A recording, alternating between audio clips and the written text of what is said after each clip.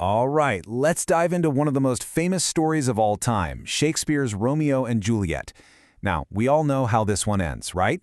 It's a tragedy, spoiler alert, but the real juice is in how this epic story of love and hate actually gets started. So let's break it down from the very beginning.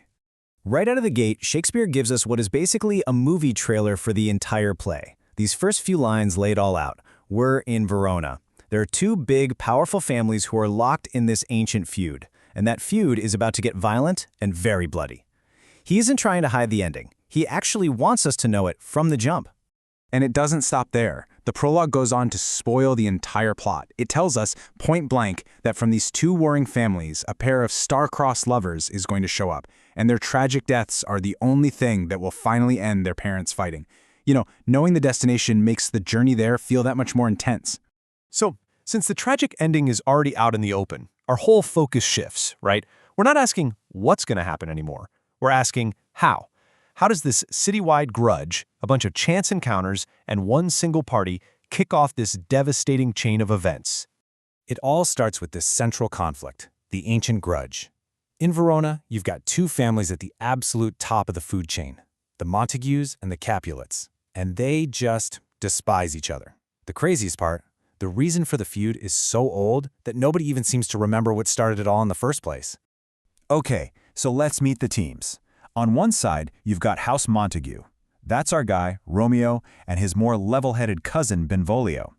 And in the other corner, you have House Capulet, with our leading lady, Juliet, and her super fiery, aggressive cousin, Tybalt. These are the two sides of the battlefield. The play opens by showing us just how deep and kind of petty this hatred runs. It doesn't even take a noble to start a fight. It starts with the servants. A Capulet servant bites his thumb at a Montague. It's an old-school insult, but that's all it takes. Within minutes, the street just explodes into a full-on sword fight. And this is when Tybalt shows up. Benvolio is trying to break things up, trying to keep the peace, and Tybalt just strolls in, draws his sword, and says, "What? Drawn and talk of peace? I hate the word, as I hate hell, all Montagues, and thee." I mean, this guy doesn't just hate the Montagues. He hates the very idea of peace. He's basically the feud walking around in human form. The brawl gets so huge that the ruler of Verona, Prince Aeschylus, has to get involved. And he is furious. He says, "Look, this is the third time you families have torn up my city." So he lays down a new law. The next person to start a fight pays with their life. All of a sudden, the stakes just got raised from a family rivalry to life and death. So you're probably wondering, where was our hero Romeo during all this? This massive street fight? Yeah, he was nowhere to be found. We shift over to him, and it turns out he thinks he's got much bigger problems on his mind than some family feud. When we finally meet Romeo, he's talking in these super dramatic, contradictory phrases. He is the poster child for a heartbroken teenager. He's completely infatuated with a woman named Rosalind, but she's taken a vow of chastity and wants nothing to do with him. So to Romeo, the whole world is just this chaotic mess of loving hate. And this is where fate, or maybe just dumb luck, steps in. A Capulet servant who can't read is sent out with a guest list for a big party. He just randomly bumps into Romeo and asks for help reading it. And whose name does Romeo see on the list? Rosalind's. So, he makes this fateful decision to crash his enemy's party, all for the slim chance of seeing a girl who's already rejected him. Okay, let's switch gears and meet the other half of our story, Juliet. Now, while Romeo's off wandering around Verona being all dramatic about Rosalind, Juliet's world is much, much smaller, and it's completely filled with expectations. And the very first thing we learn about her is her age. Her nurse points out she's not seen the change of 14 years. She's 13. Just 13. And this is so important because it really hammers home how young she is and the insane amount of pressure she's about to be put under by her family. And that pressure shows up immediately, in the form of a marriage proposal from a nobleman named Paris.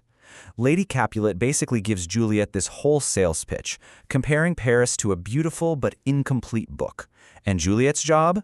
She gets to be the cover that makes him complete. You can tell this is a marriage about status, not love.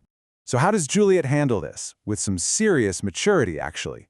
She says, "I'll look to like if looking liking move." Which is basically her saying, "Okay, Mom, I'll check him out at the party tonight and see if I can like him, but I am making zero promises."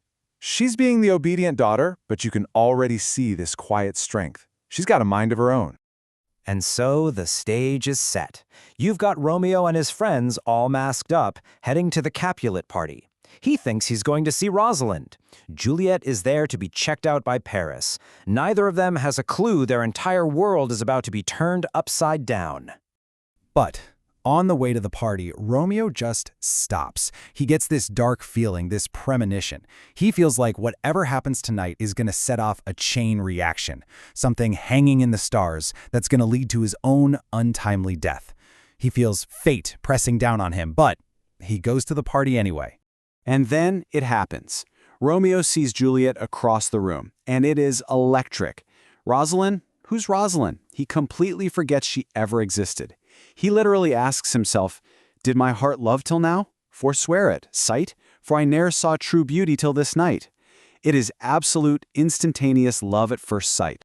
So he walks up to her, and their very first conversation, get this, is a perfect, shared sonnet. Romeo kicks it off with this beautiful religious metaphor.